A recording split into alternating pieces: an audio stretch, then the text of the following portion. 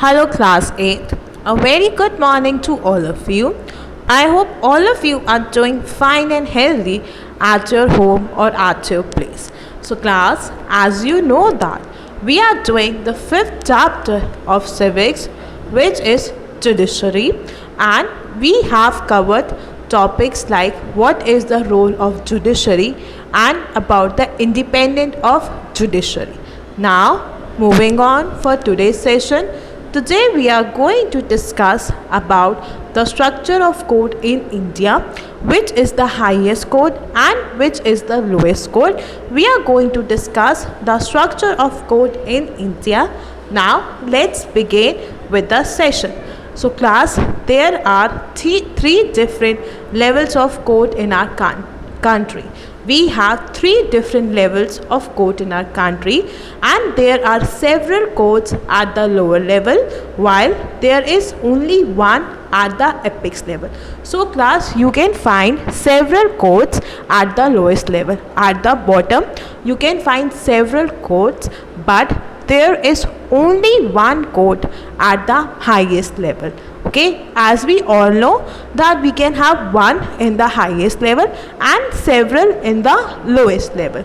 Furthermore class, the courts that most people interact with are what are called subordinate courts or district courts. You all have heard the term called district courts, and in the district courts most interaction take place. So either they are called subordinate courts or we call them as district court, and they are usually at the district. So you can find district courts in every district. Okay. Furthermore, you can also find them in towns, and they hear many kinds of cases. So the district courts can be found in every districts, towns, and in their hearing can be heard of many kind of cases like your civil case, criminal cases. So all these type of hearing can be done here.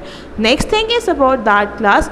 Each state is divided into districts. Now every state in our country is divided into districts, and they are presided over by a district judge. So we have a district judge there, and as we know that every state in our country is divided into district, and all the districts have a district court which is headed by a district judge. Each state has a high court which is the highest court of the state. Now class, above the district court we have one high court, and every state has one high court which is the highest court of the state. So it means that it is the highest authority of the state, and after that we can see that there is a district court. So first is district court, then we have high court, and high court has the highest authority in the state. And at the top we have the Supreme Court, which is located in New Delhi. So you can get to know, first we have Supreme Court, then we have high courts, then we have district courts, and at the end we have subordinate court. So this is the hierarchy structure of courts in India. At the top is Supreme Court, which is located in New Delhi. Then we have high courts, which is there in every state and has the highest authority over the state. Then we have the district court, and at the end we have the subordinate court. Now talking about the Supreme Court class, Supreme Court is presided over by the Chief Justice of India. So Supreme Court is presided by the Chief Justice of India, and all the decisions made by the Supreme Court are binding on all the other courts in India. Means if the Supreme Court has given the verdict, then all the courts have to follow it. No one can challenge the verdict of the Supreme Court. You may can challenge the verdict given in the High Court, but you cannot challenge the verdict given in the Supreme Court.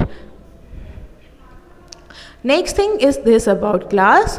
Are these different levels of courts connected to each other? Yes class, as we have the different levels of courts and they are connected with each other in India. We have an integrated judicial system. So you can say all the courts, whether the subordinate court, district court, high court, all of these are connected in India, and we have an integrated judicial system, meaning that the decision is made by higher courts are binding on the lower courts. In the sense, if the high court gives a decision, district court cannot challenge, okay, and if the Supreme Court of India give one decision, it cannot be challenged by any other court, whether it's your high court, district court, or your subordinate court. So you can see that once the decision is made by the Supreme Court, no one can challenge it. Now another way to understand the integration is through the appellate system that exists in India. So now the another way to understand this system, the entire system, is the appellate system. So that exists in our country. That means, class, the person can appeal to a higher court if they believe that the judgment passed by the lower court is not justified. So class, what happened if there is a case that is there in district court, and if the verdict that is passed, the person is not feeling that the justice is not done, he or she can appeal to the high court, and if they still feel the verdict given in the high court is not justified, then they can go to the Supreme Court. They can talk to the Supreme Court, and whatever the decision will be made by the Supreme Court will be the highest decision, will be the final decision, and no one cannot challenge the decision. So this is the appellate system in India. Now class, we have to understand the appellate system by tracking a case that was State versus Lakshman Kumar, and how the judgment came. That we will study in tomorrow's session.